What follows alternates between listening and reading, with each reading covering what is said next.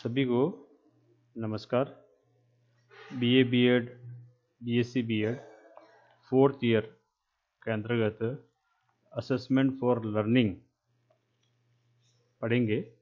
Assessment for learning कल जो अपन ने पढ़ा था, जिसका हिंदी में मूल्यांकन में आकलन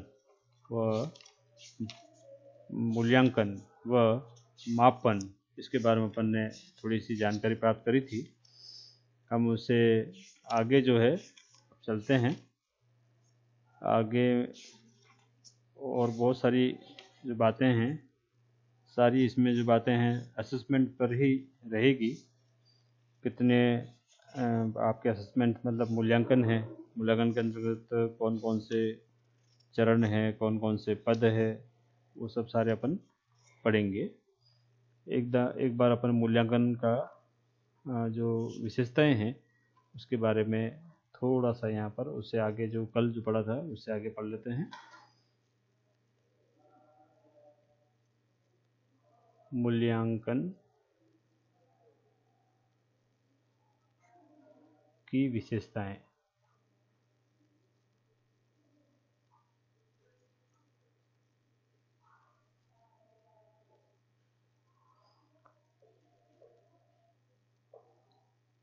मूल्यांकन की विशेषताओं से पहले मैं कुछ जो अपने शिक्षा विशेषज्ञ हुए हैं उन पर अपनी दृष्टिपात करूँगा। कॉर्न बेक जो बहुत बड़े मनोवैज्ञानिक है, उन्होंने कहा है मूल्यांकन वह प्रक्रिया है जिसके द्वारा अध्यापक व छात्र इस बात का निर्णय करते हैं कि शिक्षण के लक्ष्यों को प्राप्त किया जा रहा है या नहीं। इसी प्रकार टार्गसन तथा एडम्स ने भी कहा है मूल्य का अर्थ है किसी वस्तु या प्रक्रिया का मूल्य निश्चित करना। इस प्रकार शैक्षिक मूल्यांकन का तात्पर्य है शिक्षण तथा सीखने की क्रियाओं से उन्नत अनुभवों की उपयोगिता के विषय में निर्णय देना।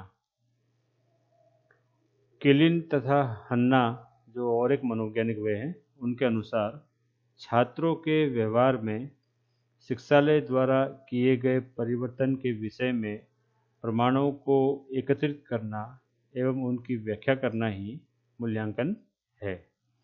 और भारतीय मनोवैज्ञानिक हुए हैं डॉक्टर भट्ट एवं गुप्ता। उनके अनुसार मूल्यांकन में संपूर्ण व्यक्तित्व की परीक्षा ली जाती है। किसी का मूल्यांकन करने के लिए हमें उसकी शारीरिक, मानसिक, सामाजिक, संवेगात्मक तथा अन्य पक्षों की परीक्षा लेनी पड़ेगी, तभी उसका मूल्यांकन किया जा सकता है। अतः मूल्यांकन में कई परीक्षाओं का समावेश होता है। विशेषताएं लगभग इसकी 8 से 10 विशेषताएं हैं, उस पर अपन बल देंगे। पहला, उपरोक्त जो परिभाषाएं अपन ने पढ़ी थी उसके अध्ययन करने पर मूल्यांकन की निम्नलिखित विशेषताएं हमारे सामने आती है। पहला, यह एक विस्तृत पद है, इसमें जांच व मापन दोनों कार्य करते हैं। तो मुख्य बात क्या है, इसमें विस्तृत पद है। मूल्यांकन में दोनों ही बातें आ जाती है, जांच व मापन। इसी में दूसरी विशेषता है मूल्यांकन का क्षेत्र अत्यधिक विस्तृत है तथा छात्र के संपूर्ण व्यक्तित्व के मूल्य का अंकन करता है। इसका क्षेत्र क्या है, विस्तृत है तथा छात्र का संपूर्ण व्यक्तित्व इसमें आता है।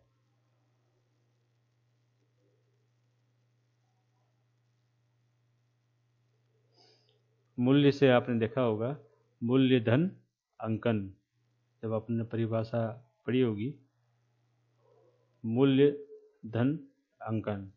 मूल्य को अंग्रेजी में वैल्यूज कहते हैं। अंकन का मार्किंग कहते हैं, मार्किंग, है ना। तो मार्किंग जब अपन करते हैं तो मूल्यों की जब मार्किंग करते हैं तो उसको मनोवैज्ञानिक जो परीक्षण होते हैं उस पर उसको खरा खरा उतार करके अपन कार्य को करते हैं। तो मूल्यों का अंकन करना इतना आसान काम नहीं है। कई मनोवैज्ञानिकों ने टेस्ट का निर्माण किया है। उन टेस्टों के निर्माण के माध्यम से ही अपन मूल्यों का निर्माण करते हैं। मूल्यांकन के अंतर्गत बालक के समस्त पक्ष आ जाते हैं, जैसे शारीरिक, मानसिक, नैतिक, सांस्कृतिक, साहित्यिक इत्यादि इत्यादि। तो छात्र का समस्त पक्ष आ गया यहाँ पर।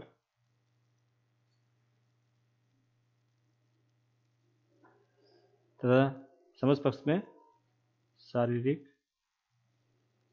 मानसिक, नैतिक, नैतिक की बात अपन मूल्यों में करते हैं, इत्यादि इत्यादि आ जाती है। मूल्यांकन निरंतर चलने वाली प्रक्रिया है। निरंतर, यदि आप अपने आप को सुपीरियर मान रहे हैं और अपना वहाँ पर मूल्य का अंकन करना बंद कर देते हैं तो आपकी सुपीरियरिटी जाती रह जाती है। तो क्या है, एक अच्छी जो प्रक्रिया होती है वह निरंतर चलने वाली होती है। तो मूल्यांकन निरंतर चलने वाली प्रक्रिया है, जिसे आजीवन प्रक्रिया भी कहते हैं। और जन्म से मृत्यु तक जो प्रक्रिया चलती है वो मूल्यांकन की ही चलती है। अच्छा जो व्यक्ति होता है, अच्छा जो छात्र होता है, समय समय पर अपना मूल्यांकन करता है और अपने व्यक्तित्व विकास के लिए कार्य करने के लिए दिनों दिन उसके प्रति वो प्रतिबद्ध रहता है। अगला जो है 5वां है मूल्यांकन संख्यात्मक तथा वर्णात्मक। संख्यात्मक व वर्णात्मक दोनों तरह से होता है।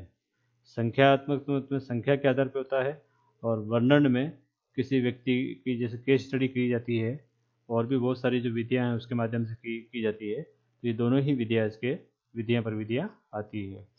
मूल्यांकन का शिक्षा उद्देश्यों से अत्यधिक घनिष्ठ संबंध है। इस प्रकार संपूर्ण शिक्षा प्रणाली का एक अभिन्न अंग मूल्यांकन है। आपने देखा होगा कि जो शैक्षिक उद्देश्य की जो पूर्ति है वो किसके माध्यम से होती है, मूल्यांकन के माध्यम से ही होती है। कि कौन सा बालक तीव्र बुद्धि का है, कौन सा सामान्य बुद्धि का है और कौन सा डल यह है, किस बालक बालिका को कौन से विशेष क्षेत्र में अच्छा नहीं है और कौन से विशेष क्षेत्र में अच्छा है। तो जहाँ पर जिस विशेष क्षेत्र में अच्छा नहीं है उसे अच्छा करने का प्रयास इसमें शिक्षा प्रणाली के माध्यम से किया जाता है।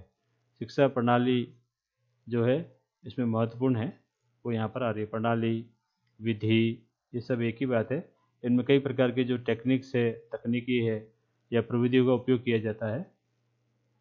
अगला जो है 7वां, मूल्यांकन का मुख्य संबंध छात्र के चहुमुखी विकास से है। ये बहुत ही इम्पोर्टेंट है कि विद्यालय और कक्षा का जो उद्देश्य होता है वो चहुमुखी विकास का होता है।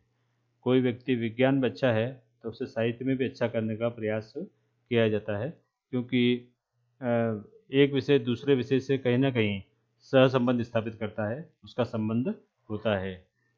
तो जब चहुमुखी विकास की बात करते हैं तो उसमें खेलकूद का विषय भी आता है विद्यालय में, SUPW का विषय भी आता है, समय समय पर शनिवार बाल सभा का आयोजन भी होता है तो वो विषय भी होता है, तो उत्सव जयंती वो मनाते हैं तो वो भी होता है।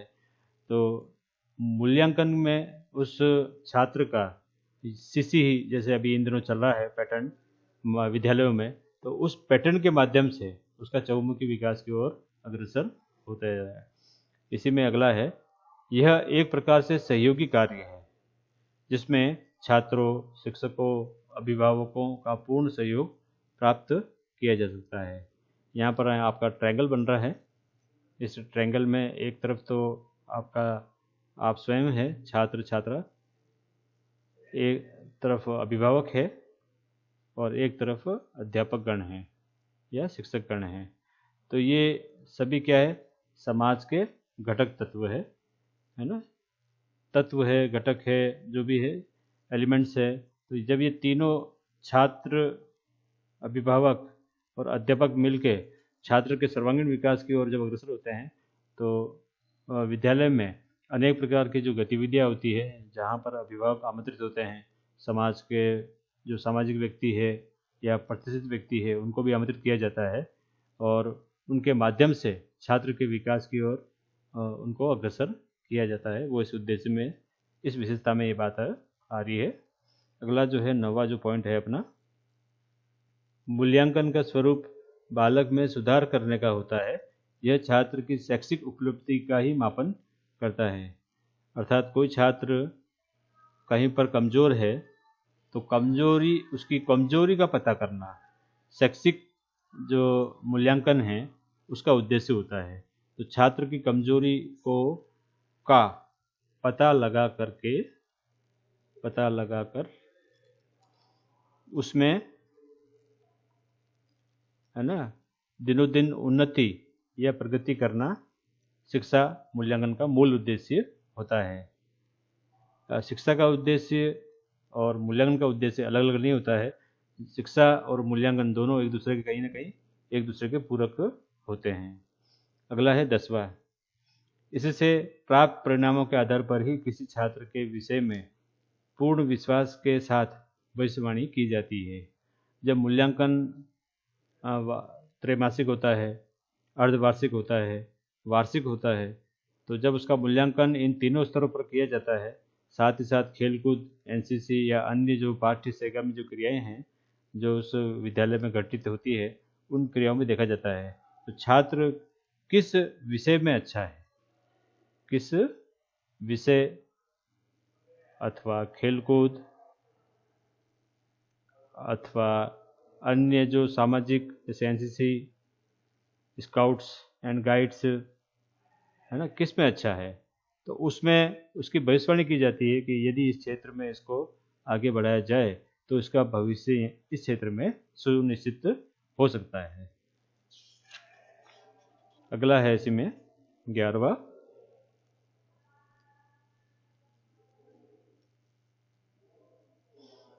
शिक्षण में जो उद्देश्य निर्धारित किए जाते हैं उसकी प्राप्ति किस सीमा तक हुई है, इस बात का ज्ञान मूल्यांकन से होता है।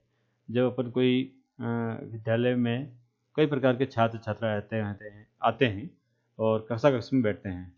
कक्षा में बैठने के बाद में प्रत्येक विषय के अंतर्गत प्रत्येक पाठ का कोई ना कोई लक्ष्य अवश्य होता है। उस लक्ष्य की प्राप्ति के लिए उद्देश्यों का संगठन या गठन किया जाता है। जब लक्ष्य की प्राप्ति कब होगी, यदि उन उद्देश्यों पर वो छात्र छात्रा साथ ही वहाँ के अध्यापक अध्यापिकाएं चलेंगे। तो यदि उन उद्देश्यों पर चलते हैं तो अवश्य ही लक्ष्य की प्राप्ति होती है। उन उद्देश्यों पर चलकर ही अंत में क्या होता है, मूल्य का अंकन किया जाता है। जब मूल्य का अंकन किया जाता है तो उसकी जो वार्षिक परीक्षा के बाद में जो विद्यालय का उद्देश्य होता है उसकी पूर्ति समय रहते हो जाती है। अगला जो है यहाँ पर 12वां,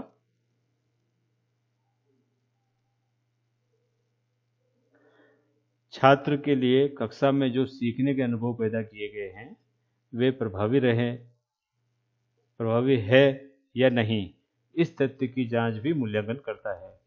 वर्तमान समय में चाहे केंद्रीय विद्यालय हो, नवोदय विद्यालय हो, सैनिक स्कूल हो या अन्य कोई विद्यालय हो, वहाँ पर मूल्यांकन की जो प्रक्रिया है बहुत ही अच्छी है।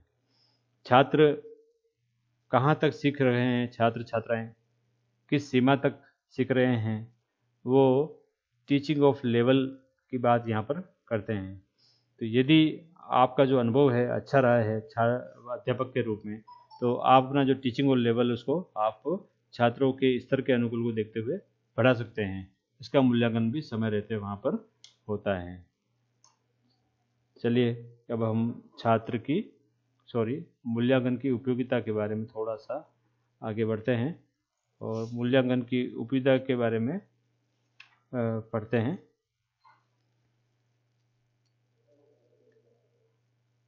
शिक्षा में मूल्यांकन, की उपयोगिता।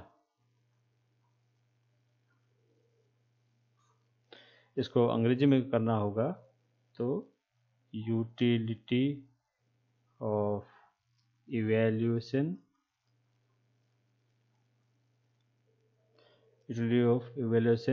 इन एजुकेशन, ये हम इसमें अंग्रेजी में अनुवाद कर रहे हैं। मूल्यांकन मनोवैज्ञानिक एवं शिक्षा के क्षेत्र में एक अत्यंत महत्वपूर्ण प्रक्रिया है। मूल्यांकन से यह मालूम हो जाता है कि व्यक्ति किस विषय में कितना जानता है, शिक्षक को अपनी कक्षा में कितनी सफलता मिली है, शैक्षिक दृष्टि से शिक्षक को किन शिक्षण विधियों प्रविधियों का प्रयोग करना चाहिए, अपने शिक्षण को किस प्रकार से छात्रों के स्तर पर सामंजस्य व समायोजित किया जाना चाहिए। इस प्रकार के प्रश्नों का उत्तर प्राप्त करके शिक्षक अपने शिक्षण को, अपनी टीचिंग को अधिक प्रभावोत्पादक बना सकता है। छात्रों को यदि अपनी कमियों और अच्छाइयों का जब तक पता चल जाए तो वे अपनी कमियों को दूर करने का प्रयत्न कर सकते हैं। इस प्रकार से मूल्यांकन को अच्छा बनाने के लिए प्रेरित करता है। मूल्यांकन के माध्यम से ही शिक्षक व कक्षा के सभी छात्रों की प्रगति के बारे में जानकर उनके अभिभावकों को छात्रों के विषय में सही तथ्य तथा राय दे सकता है। अभिभावक भी अपने बालक बालिकाओं की प्रगति के बारे में जानकारी रख सकते हैं। मूल्यांकन से प्राप्त निष्कर्षों से यह पता चलता है कि छात्र किस विषय में कमजोर है, छात्र किस विषय में अच्छा है, छात्र की समस्या किस प्रकार की है, कौन सी चीज़ उसकी प्रगति में बाधक हो रही है और उसे समय रहते कैसे दूर की जा सकती है। इस प्रकार एकत्रित तथ्यों के माध्यम से निर्देशनकर्ता छात्रों की अधिकाधिक सहायता करता है। आजकल विद्यालयों में काउंसलिंग और गाइडेंस एक नया विषय आया है, जो केंद्रीय विद्यालयों और नवोदय विद्यालयों व सैनिक स्कूलों में छात्रों की काउंसलिंग करके यह पता करते हैं कि उन्हें कौन से विषय में रुचि है और कौन से विषय में रुचि नहीं है। जिन विषयों में रुचि नहीं है उसे अधिक सुसंगत बनाने का वे प्रयास करते हैं और जिन विषयों में रुचि है उन्हें अधिक से अधिक उस विषय की ओर अग्रसर करने का लिए प्रेरित करते हैं। उससे उनका निदान किया जाता है कि कठिनाई किस स्तर की हो रही है। तो काउंसलिंग एंड गाइडेंस के लिए मनोवैज्ञानिक रूप से जो साइकोलॉजी में जो MA MCOM MSc होते हैं, साइकोलॉजी में अलग से ये कोर्स करते हैं, उन्हें स्थापित करके सभी छात्राओं संबंधी समस्याएं होती है उसका निदान किया जाता है। विद्यालय की गतिविधियों में सुधार लाने के लिए ही मूल्यांकन अत्यधिक उपयोगी सिद्ध हुआ है। पाठ्यक्रम निर्माण, उपयुक्त परीक्षा प्रणाली, व्यक्तिगत निर्देशन तथा पाठ्य सहगामी क्रियाओं आदि को उपयुक्त योजना में मूल्यांकन सुदृढ़ पृष्ठभूमि प्रदान कर उनमें अपेक्षित सुधार लाने के लिए प्रेरणा प्रदान करता है। अब अपन मूल्यांकन का महत्व पढ़ेंगे। मूल्यांकन का महत्व अंग्रेजी में इसे करना है तो इम्पोर्टेंस ऑफ इवैल्यूएशन।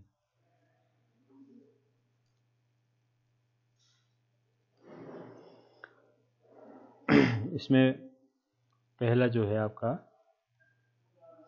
मूल्यांकन उद्देश्य की प्राप्ति की सीमा बताता है कि किस सीमा तक उद्देश्य की प्राप्ति हुई है। जैसे मान लीजिए कोई पाठ आप पढ़ा रहे हो और उस पाठ को पढ़ाने के लिए आपने उद्देश्य का संगठन किया है, ज्ञान,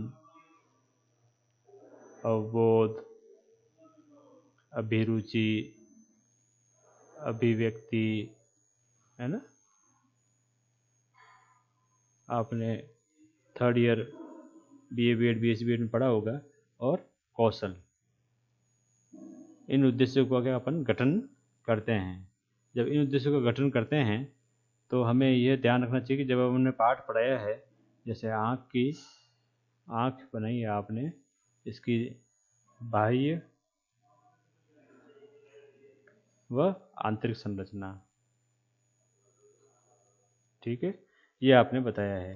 तो बाह्य व आंतरिक संरचना में जब आप पढ़ाते हो तो उसमें जब प्रश्नों का जो गठन होता है वो इन उद्देश्यों के आधार पे होता है। अंत में जब पाठ के अंत में इनका मूल्यांकन करते हैं तो उस मूल्यांकन में पता चलता है, यदि अधिक से अधिक लोगों के हाथ उठते हैं तो समझिए कि मूल्यांकन आपका बहुत अच्छा हुआ है और आपने पाठ को प्रभावी ढंग से पढ़ाया है।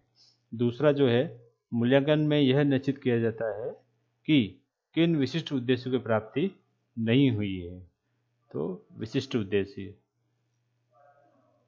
किन विशिष्ट उद्देश्यों की प्राप्ति नहीं हुई है, ताकि उपचारपूर्ण निर्देश लिए दिया जाए। उपचारपूर्ण का मतलब उपचारपूर्ण, जिसको हम रेमेडियल क्लासेस कहते हैं। रेमेडियल जो भी है क्लासेस या निर्देश कहते हैं। तो प्रत्येक पाठ में उस पाठ के विशेष उद्देश्य होते हैं। उन विशेष उद्देश्यों की पूर्ति जब हम प्रश्न के माध्यम से, चाहे वो मौखिक हो या लिखित हो, जब पूछते हैं तो कितने छात्र उसका उत्तर देते हैं, उन उद्देश्यों की प्राप्ति कहाँ तक हुई है, ये उनका मूल्यांकन करने में पता चलता है। अगर अधिकतर लोगों की हो जाती है तो उपचारपूर्ण रेमेडियल क्लासेस की जरूरत नहीं है, परंतु कम से कम अगर होती है तो इसकी आवश्यकता हमें पड़ती है। छात्रों के वर्गीकरण एवं स्तरीकरण करने में सहायक है। मूल्यांकन छात्रों के वर्गीकरण व स्तरीकरण करने के लिए उपयोगी है।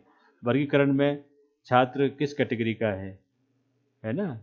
जैसे मान लीजिए ABCD, और कोई प्रश्नों की जब आप बनाते हो प्रश्न, वो जब ज्ञान, अवबोध, अभिरुचि, अभिवृत्ति, कौशल और भी अन्य प्रकार से जो प्रश्न बनते हैं, उसका लेवल ऑफ थिंकिंग, है ना, सोचने की जो लेवल ऑफ थिंकिंग, सोचने का जो उसका चिंतन का जो स्तर है वह देखा जाता है।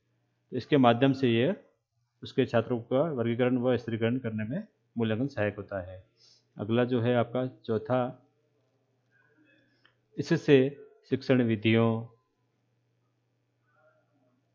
प्रविधियों,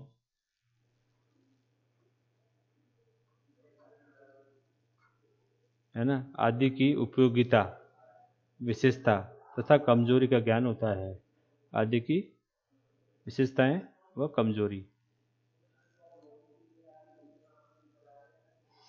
जब अपन शिक्षण कार्य करते हैं तो अनेक प्रकार के शिक्षण विधियों का उपयोग करते हैं। उन विधियों के अंतर्गत अनेक प्रकार की प्रविधियों का उपयोग करते हैं।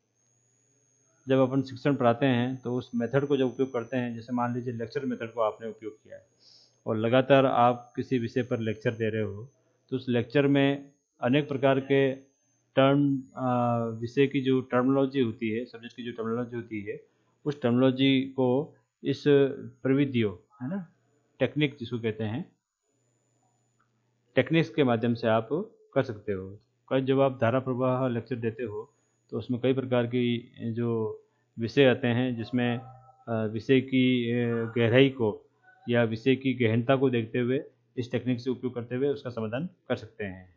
अगला जो है आपका पांचवा, शिक्षण व्यू रचना में सुधार किया जाता है और उन्हें विकसित किया जाता है। शिक्षण व्यू रचना, ये भी बहुत अच्छा है। शिक्षण व्यू रचना होती है जिसमें लेसन प्लान से लेकर के वार्षिक, अर्धवार्षिक और त्रैमासिक उनके लक्ष्य की प्राप्ति होती है। तो लक्ष्य की प्राप्ति कब होगी? जब आप समय सीमा को उचित दिशा में लेते हुए उचित शिक्षण विधियों, प्रविधियों और अनेक प्रकार की पाठ्य सहगामी क्रियाएं या पाठ्य सहायक क्रियाओं का उपयोग करते हुए इस पे और अग्रसर हो गए। अंत में है, यह शिक्षक और छात्र दोनों के लिए पुनर्बलन का कार्य करता है। पुनर्बलन, ये भी बहुत अच्छा है कि पुनर्बलन का कार्य। पुनर्बलन का मतलब होता है रीइंफोर्समेंट,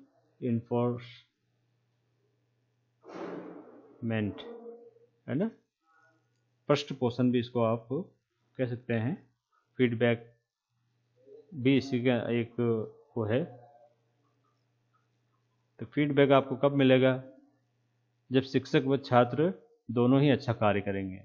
जब शिक्षक सभी जो कक्षा कक्ष या शिक्षण के जो नियम हैं उनकी पालना करते हुए अपने शिक्षण कार्य को प्रभावी और अच्छा बनाता है और समय समय पर छात्रों से जो उत्तर की प्राप्ति होती है तो उसमें पुनर्बलन देता है कि भाई अमुक जो छात्र है उसने इस प्रश्न का उत्तर बहुत अच्छा दिया है, इससे अच्छा और कोई दे सकता है। तो और भी कोई जो छात्र है उनकी क्या है, हिम्मत बढ़ती है, आत्मविश्वास पर बल मिलता है और वे विषय में प्रश्नोत्तर प्रणाली जब चलती है तो उत्तर देने का प्रयास वे करते हैं, है ना। तो फीडबैक भी कहीं ना कहीं और रिव्यूमेंट भी कहीं ना कहीं काम में आता है। इससे आगे अपन अब मापन और मूल्यांकन में जो अंतर है उसको अपन इससे आगे समझ लेते हैं।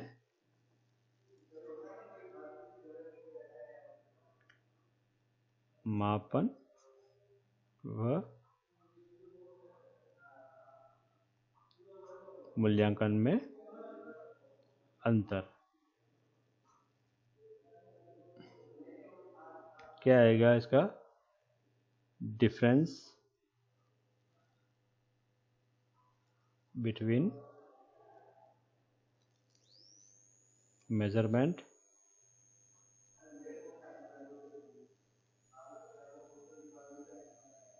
And evaluation.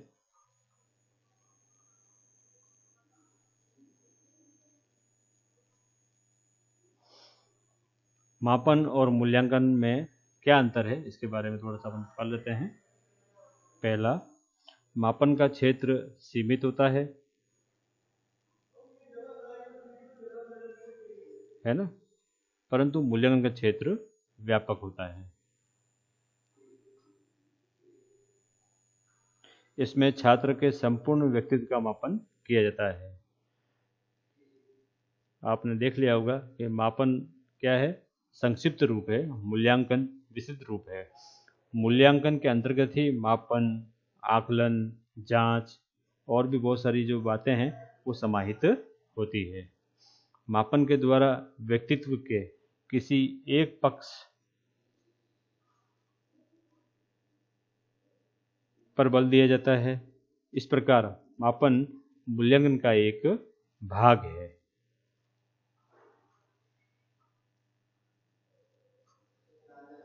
मूल्यांकन में व्यक्ति की संपूर्ण परीक्षा ली जाती है।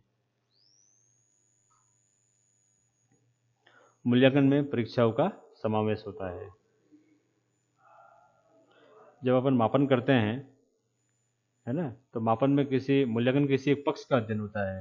जैसे मूल्यांकन में तो बालक की समग्र गतिविधियों को ध्यान में रखा जाता है, परंतु मापन में केवल हिंदी की, जैसे हिंदी विषय की बात कर रहे हैं तो हिंदी विषय बात करेंगे, और हिंदी विषय में भी किसी एक उसकी जैसे गद्य है, पद्य है ना, व्याकरण है, उसकी एक बात मतलब उसका मूल्यांकन, उसका मापन किया जा सकता है, समग्र का नहीं किया जा सकता है।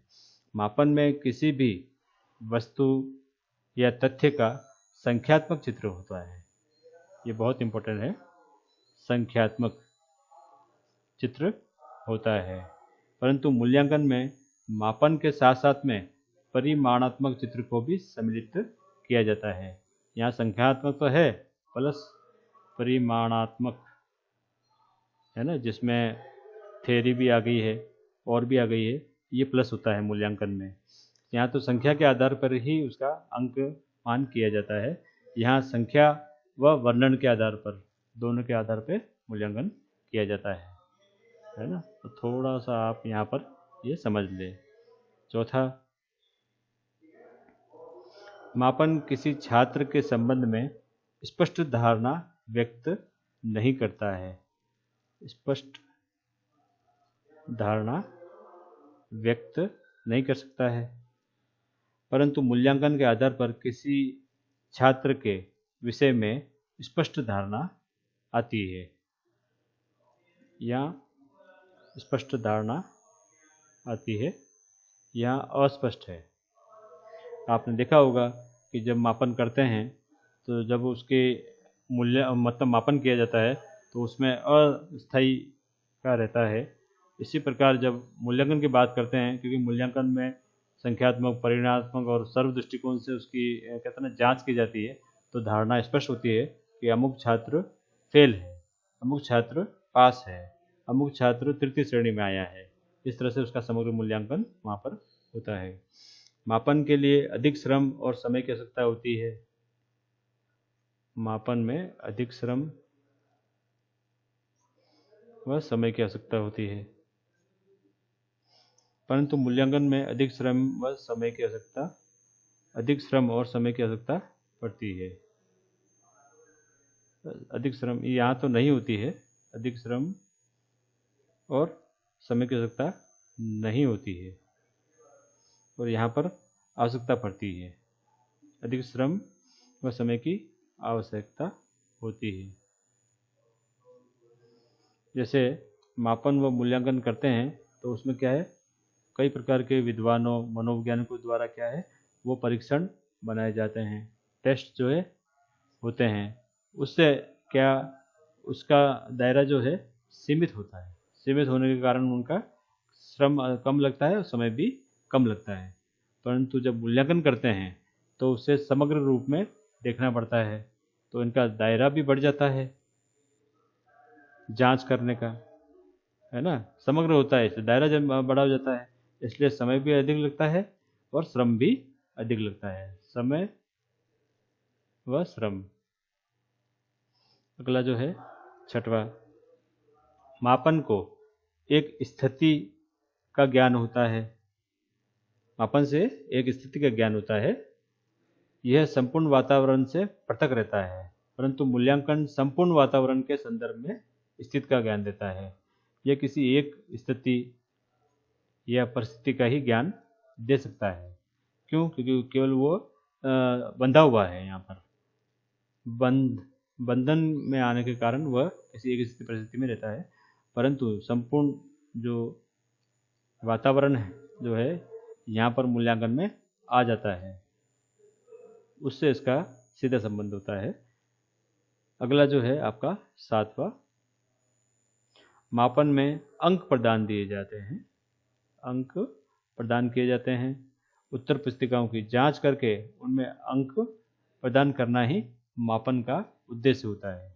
इस प्रकार स्पष्ट है, मापना ही मापन है, परंतु जब अंक प्रदान करने के पश्चात अंकों का मूल्य, है ना, अंकों का मूल्य निर्धारित किया जाता है तो मूल्यांकन कहलाया जाता है। अंक, धन, मूल्य। तो यहाँ पर कोई केवल एक ही बात आ रही है, यहाँ पर समग्र बात आ रही है। इसलिए अंक, धन, मूल्यांकन, है ना। तो मूल्य का, मूल्यों का अंकन, ये बात इसमें आती है। तो जिसमें मूल्यांकन, ये हमने पहले भी कही थी बात। और अंत में जो है आपका आठवां, मापन के आधार पर भविष्यवाणी सार्थकता के साथ सिद्ध नहीं होती है। सार्थकता के साथ सिद्ध नहीं होती है, परंतु मूल्यांकन में सार्थकता के साथ भविष्यवाणी क्या होती है, सिद्ध होती है। भविष्यवाणी सिद्ध होती है। इसमें सभी पक्षों का ज्ञान प्राप्त होता है। सभी पक्षों का ज्ञान प्राप्त होता है ना। तो जैसे जैसे मापन अपन करते हैं तो किसी एक पक्ष के लिए ही सीमित होते हैं, परंतु जब यहाँ पर मूल्यांकन की बात आती है तो सभी पक्षों पर इसकी बात को गौर किया जाता है। तो सभी पक्षों को गौर करके ही इसकी क्या होती है, होता है। इसलिए शिक्षा निरंतर चलने वाली प्रक्रिया है, जिसके परिणाम स्वरूप बालक की शैक्षिक योग्यताओं, रुचियों, आदतों, अभिवृत्तियों तथा व्यवहार में निरंतर परिवर्तन चलता रहता है। मूल्यांकन प्रक्रिया से यह पता करने की कोशिश की जाती है कि शिक्षण में बालक के व्यवहार में परिवर्तन किस सीमा तक, कहाँ तक, है ना, हुआ है।